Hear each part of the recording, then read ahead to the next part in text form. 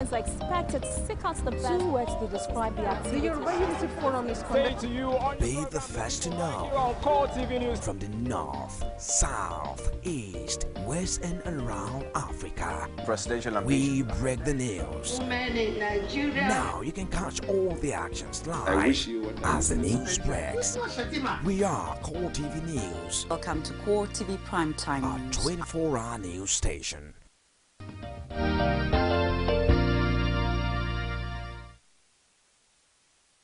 Richard AMUWA, security consultant, now joins us this morning as we touch on issues arising from security in Nigeria. Good morning, Richard. Thank you for finding time to join us. So excited to be here this morning again. Good to have you again. Thank you. The headline seems to be screaming victory right in our face. Yesterday, it was 300 Boko Haram members that were shot by the Nigerian military. Today, troops destroyed Boko Haram camps in Sabisa Forest, Retake, Goza, Dikwa. Many are asking what exactly is the factor working for us now that did not pre-exist before now? Honestly, I have myself the same question. What really happened? Is it because of the multinational group that came into Nigeria? I think everything that is happening right now just shows the state of Nigerian security. It shows that, sincerely, we don't have only 7,000 people, troops, now, because that's all. So what happened? That's the point. Sincerely, I've sat back, I've thought about this, I've looked at it, and I asked myself, a whole lot of things were not really going well. So it shows that something was very, very wrong. So the way it is right now, we need to sit back and ask this question: what happened? How come it's just only 7,000 multinational troops that is doing all this job? Though we have seen some equipment right now, some helicopters have been sent to Sambisa, the Air Force are on ground, but sincerely, we need to ask ourselves this simple question: something is wrong with our security system in Nigeria. Because after these people would have gone back, what happened? Can we sustain the tempo? So, and it's so sad that the military that that was kind of an envy of every profession before, politicians is destroying it gradually. And I don't know whether, as I'm talking right now, the military service chiefs are looking at what is, how the military is being destroyed. So it's very important that they sit up and know what to do. Since something is going on. Let's also look at the timeliness of all of this, because INEC claims that the sole reason why the February 14 election was postponed is as a result of giving the regional force some time to go about this attack. There are also questions if there won't be another extension as a result of insecurity. How do you foresee this? Yeah, reading from all I'm seeing for what is happening in Nigeria right now. Yesterday we heard the former head of state, Absalami, talking about the issue of there's no interim government in constitution and other stuff. You see, the point here is that in Nigeria, once you just hear a rumor, it's bound to happen, especially when this issue of election postponement started from UK. When NSA just, in his speech, just mentioned it. He didn't even talk about security as an NSA. What he said was PVC. But today, you see, Nigeria is where anything happened. So as I'm seated here with you today, I cannot guarantee you, just like Mr. Professor Jagat said before the National Assembly, that he cannot even promise us on the 28th is the security. So right now, the federal government, who are the owner of security, are the one holding us to ransom. So as it is right now, to me, I keep saying it's not about security. Okay, this is what I said. We are talking about 14 local governments. Using a medical term, that 14 local government can be quarantined, bring them out of wherever they are, and get them, what's called, where they will do their voting. Or let us continue to our vote, then later bring if you're going to take all the battalion, take them to that 14 local government and let them have their election. You see, sometimes Nigerian politicians, just like my neighbor said initially, you see, Nigerians need to understand that politicians are selfish. Some of them are selfish. A whole lot of them are selfish. Because we see how some of them who have integrity. Nigerians need to understand that politicians are there for their own pocket, their family. So if Nigeria understand that, there's no need for us, sincerely, there's no need for us to be talking about postponement for an election. I remember I was on this set some time with you, and I was saying that I've never seen a situation where a ruling government suddenly start talking like an opposition. Today, I'm telling you, today you see opposition talking, and ruling government, I mean the ruling party, are the one coming to counter. I'm like, it is the ruling government that's supposed to talk, and the opposition. But right now, it's just so sad. We have a situation where people are thinking that even the ruling government are seeing that they are getting feedback from outside, and they are thinking that they're going to lose this election. Therefore, they're postponing. So you see, there's a whole lot of things that is going on. But the point I'm saying that they shouldn't push Nigeria too far, because sincerely, our generation, your generation, that is our generation right now, we have not seen war. We have not. So we think that by beating the drum of war, that is what. No, all these politicians they will not be in this country where it starts. Look at what happened in Okrika a few days back. For crying out loud, why would such thing happen? Campaigning does not mean you are winning an election. The number of crowd you see in a campaign does not mean you are winning an election. So why don't you allow people to just talk? All I need to do is just talk about my manifesto and let people decide. We'll get to the Okrika even, but let's also look at the Court of Appeal judgment that condemned the use of military in the Ekiti election. Yes. What exactly is the difference between the military and the police in this You see, the difference between the military is that military goes with ammunitions wherever they go to. But with election, the security that's supposed to man election, they're not supposed to carry ammunitions, guns, and other stuff. But they can patrol the city. But within the polling area, they are not. You see, sincerely, the point I'm making here is that it is only you see in Nigeria that you see the military being used. Yeah, I listened to Femi yesterday saying that how come the opposition were crying, that they want to use the military, that it is to protect the vote. But the opposition is saying, no, you're going to use the military against us. You see, that's why I keep saying that the military itself are not being respected again, because nobody trusts them anymore. But under our constitution, do we use military for election? The answer is no. So, but with what we have right now, nobody trusts the military anymore. It's only the ruling party. But a situation where the institution has been destroyed. I keep saying it, security institutions have been destroyed in this country, and we hold it to ourselves, especially those in government, to put that to take politics away from security. How come elections are held in other parts of the country and they don't use military? We'll get back to the issue of trust, but let's look at it from the eyes of the electorate. Do you think that Nigerians trust the police more than the soldiers in the area of offering security of lives? They do before now. They do before now. They trusted soldiers than the police before now. But with what soldiers have been seen doing right now, I'm telling you, yesterday, the form of Nigerian Defense Academy just came out. Do you know what some young men were doing? They were saying, I was like, wow, this was Nigerian Defense Academy that people like me have fought all my life when I was growing up, between 17, 18, 19, to enter. I did it 3 times. I couldn't get through. And this is where people are saying now, I don't think this is what I want to do. So what I'm saying here is that the military needs to take themselves from politics.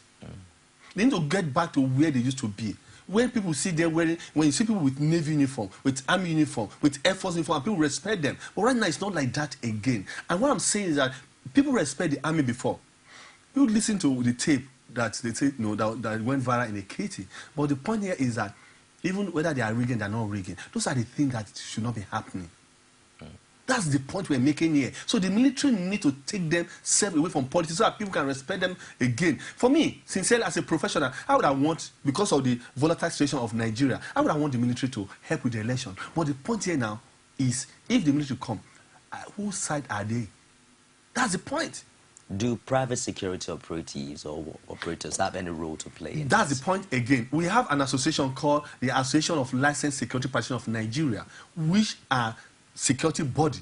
But it is here in Nigeria again, you see that private security are not being inculcated into the public security. Why again? Because of their selfishness. For example now, this private security companies, they are in every nook and cranny of Nigeria. So everywhere you have a pooling center, those guys are presently working either in a public organization, in a residence, or name it. How come they are not using them? All the INEC need to do is, okay, we have less than 500,000 police now, and these guys are overused, they're overwhelmed. So private security business companies, okay, how can we get your men to come and assist us? Because I keep saying it, even Nigeria Civil Defense, how many are they?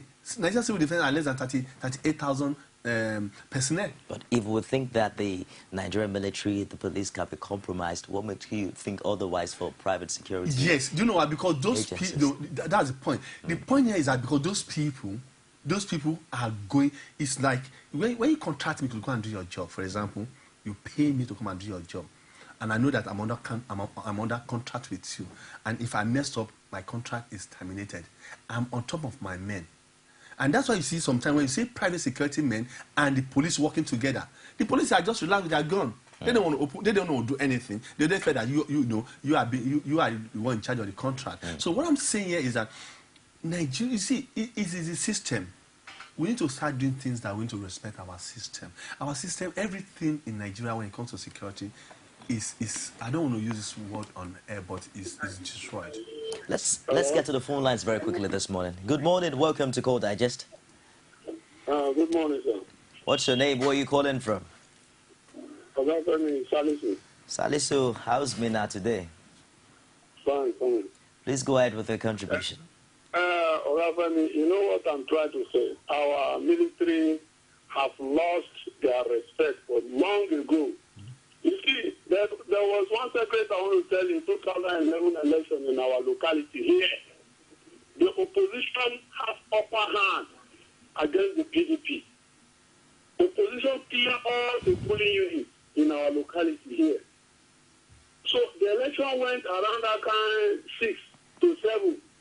So we see a troops into our community say that everybody should enter his room. So they now drop one ballot box to INEC. Then our own votes become useless. Tomorrow, in the following day, we heard that all our election and our polling was lost. So PDP won all our units. After the opposition win everything, but they use military. Secondly, in the issue of Okrika, see, when Adeshi said I won't give out that stadium, what they did, the presidency ordered the soldier to take over the security of the stadium, to overpower the stadium.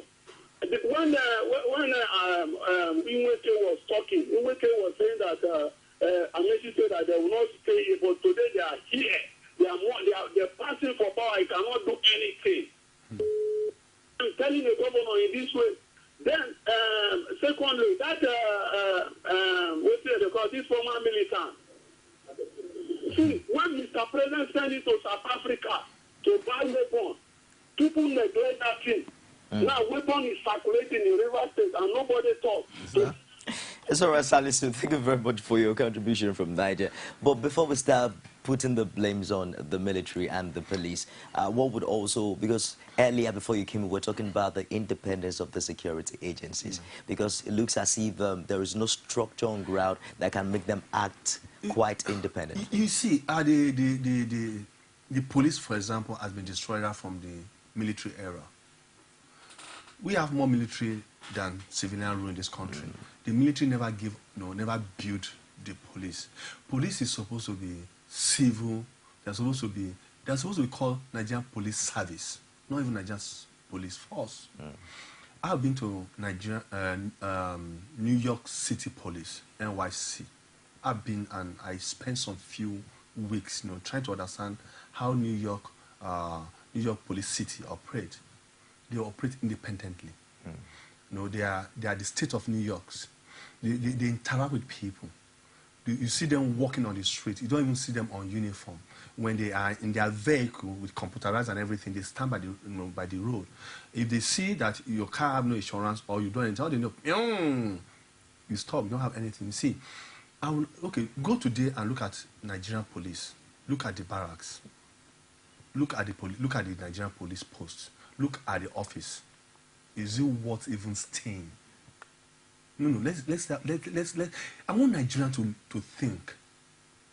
We are talking about sometimes I sympathize with police. I sympathize with these people. The point here is that we have every government has come to this country have not built on our security, and they are complaining. How many Nigerians have protested that we want to build our security? Nobody. We have seen protests on oil. We have seen protests on so many things. How many of us are saying no, enough? We want our life to be safe. Let's build Nigerian police. But all we do is condemn these people. But don't forget, they are in the same system. Yes. Go to South Africa here and see the South African police. It amazes you.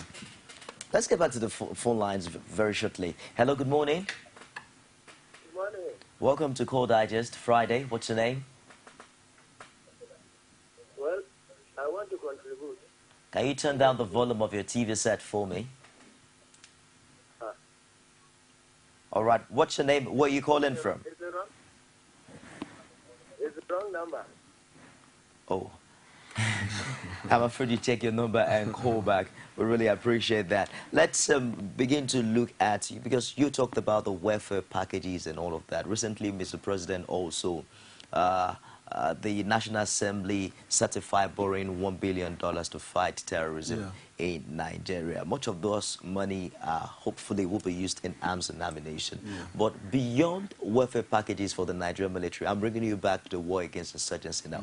Would you say that we have a Nigerian army that is well motivated to sustain this job? No, I'm taking it from you before I even finish. No, the way it is right now, Nigerians army they are not really.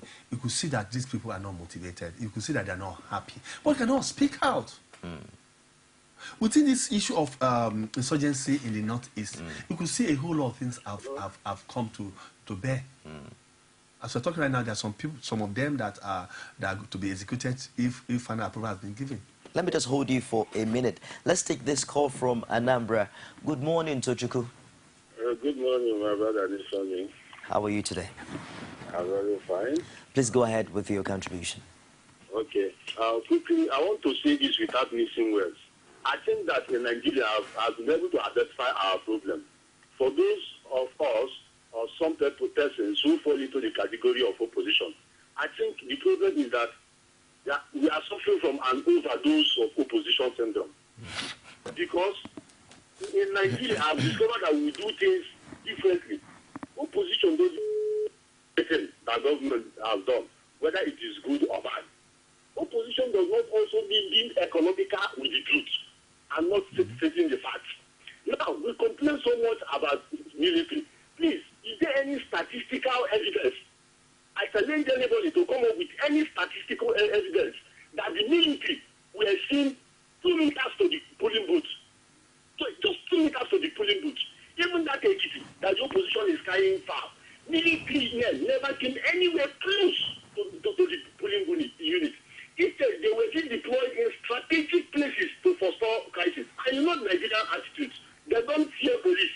But when they see military men, those of them who are capable of causing mischief, they go back to sleep.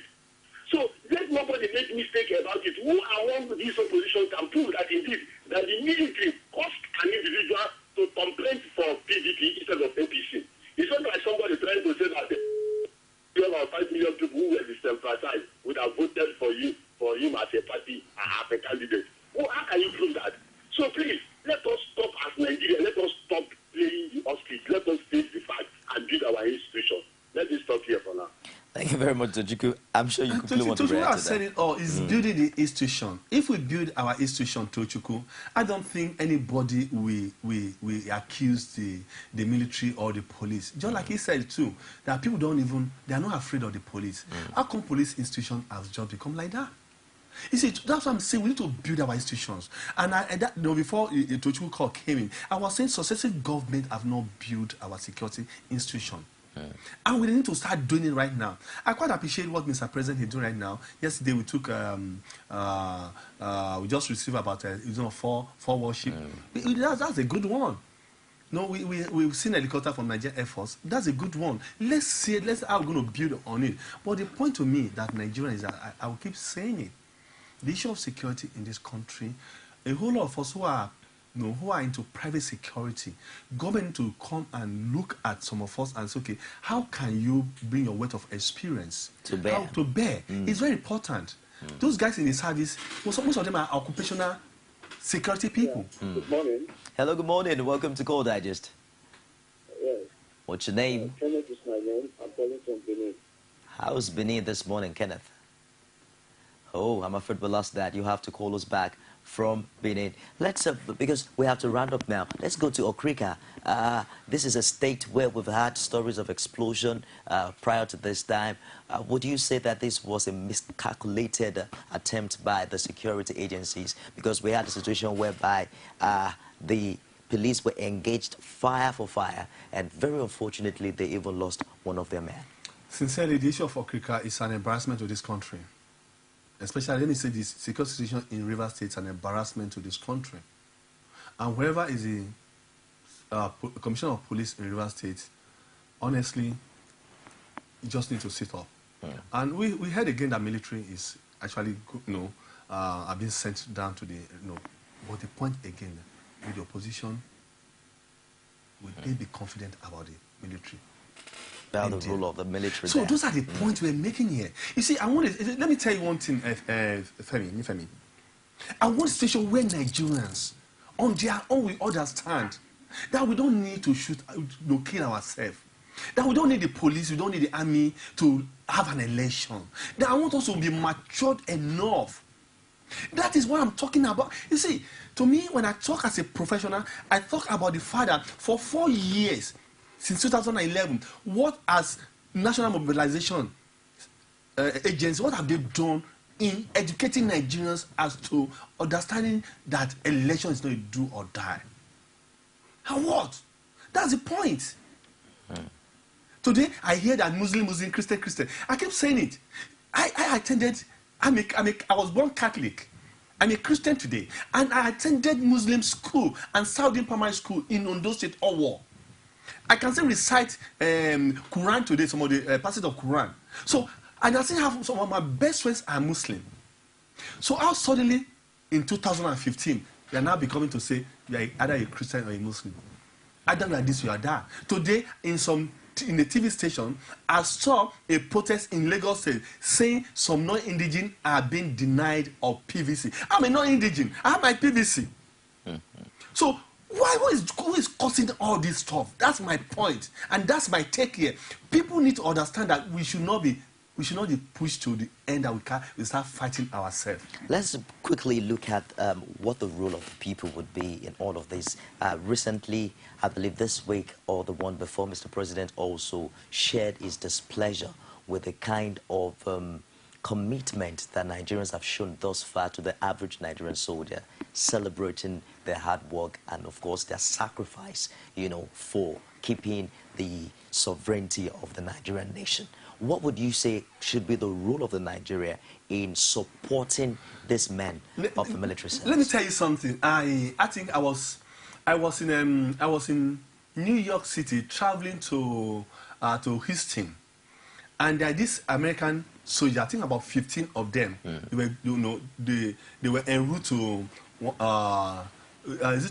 Syria or to Afghanistan. Okay. But so we're in the same plane.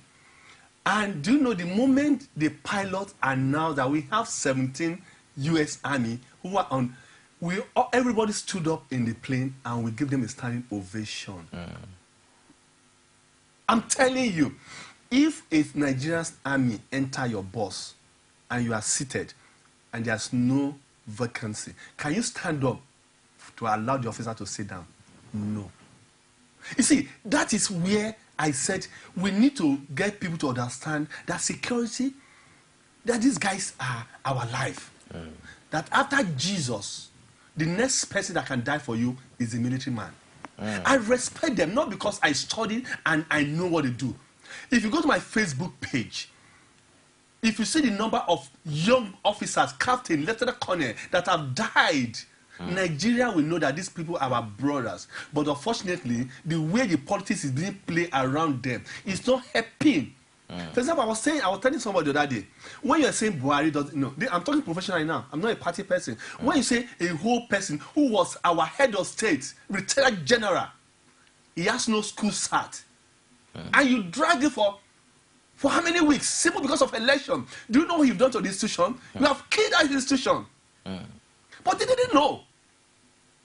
So that's the point. So when you are making an accusation or you are saying things because you want to win an election, that institution needs to stand up and say no. And again, the institution now allow themselves to be used. So that's what we're saying. Military need to come back. Military is an institution we need to respect in this country because they are holding us together. Before this 2015, before this Boko Haram, military are always in the barrack. All we hear about them is going to what? Going to fight, going to outside the country to fight, and we applaud them. But now that they are now fighting for us, you can see the situation. The first time the military fought in this country, we were still young. Our generation was still young. That was in Biafra. I just read it, and that's why I got to know about people like Obasanjo, Akinrinade, Gowon, and other stuff. So today, that they are fighting in the northeast, what will our children get to hear about the military in 20, 30 years' time? Because the story my father told me when I was 2 years old, 1967, I was just 2 years old. I'm serious. That's why I see we look at people like General Obasanjo and I will hug them and say thank you for putting Nigeria together. But 20 years' time, our children who are hearing about the military today in northeast of Nigeria, will just say this is what my father told me. Let me just take this last call before we go on the show today. Hello, good morning. Welcome to Call Digest. What's your name? Where are you calling from? Hello, good morning, sir. Good morning. What's your name? Hello, good morning, sir. We're here. Can you hear me?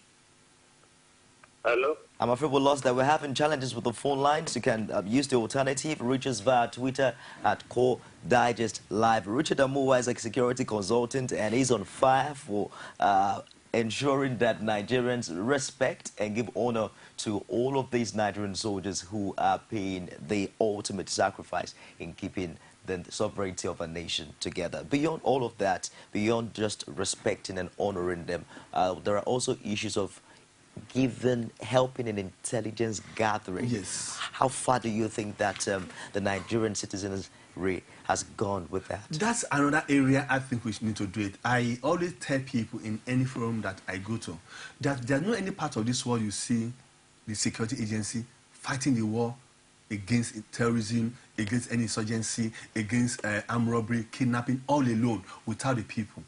So the military and the police need to get people, they need to make people to be endeared to themselves so that people can give them, give them whatever that is happening, within their environment.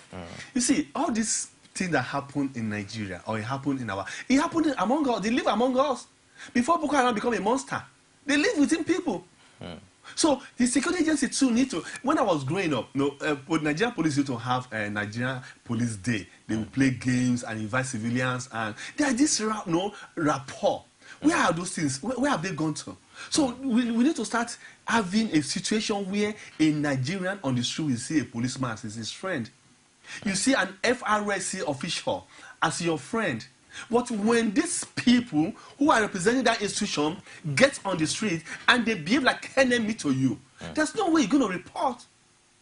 Or a situation where you feel that you want to go send a message, like I tell people, you don't need to have an interface with the Nigerian police or Nigerian Army today or the DSS. You can send message.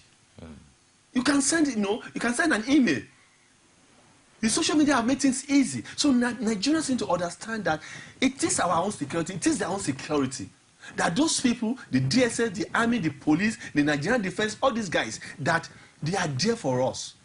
But are we making use of them? And the only way we can make use of them is to provide them with what? Information. For example, in Lagos, we have 767 112. I go to some places and I give a security talk. And I ask them, how many of you have 767? They're looking at me. But the point I'm saying here is that these security things, they are there. But are people making use of that? Nigeria is 50-something years old right now. Are we really maturing based on our age in this country? when it comes to security. Thank you very much for joining us today on Call. I just have been speaking with security consultant Richard AMUWA, and he's asking that we take advantage of the security apparatus in Nigeria, just as you should also cash in on the extension by INEC of the collection of the PVC. It will be on to March the 8th. I am Nifemi Oguntoye on behalf of the production crew and my producer Emmanuel Ajayi. Thank you for watching. We'll be back, God willing, next week with another exciting edition of the show. Stick around, don't go away. You can now watch Core TV News live from anywhere in the world on our website www.coretvnews.com. Click on Live TV on our website and watch us live. And welcome to Core TV Primetime Days. To follow us on Twitter, click on Twitter icon on our website. On Facebook, click on the Facebook and YouTube to see all our previous news production. You can also watch us live on YouTube. Click Core TV, leave a space, then News. Core TV News, a 24-hour news station.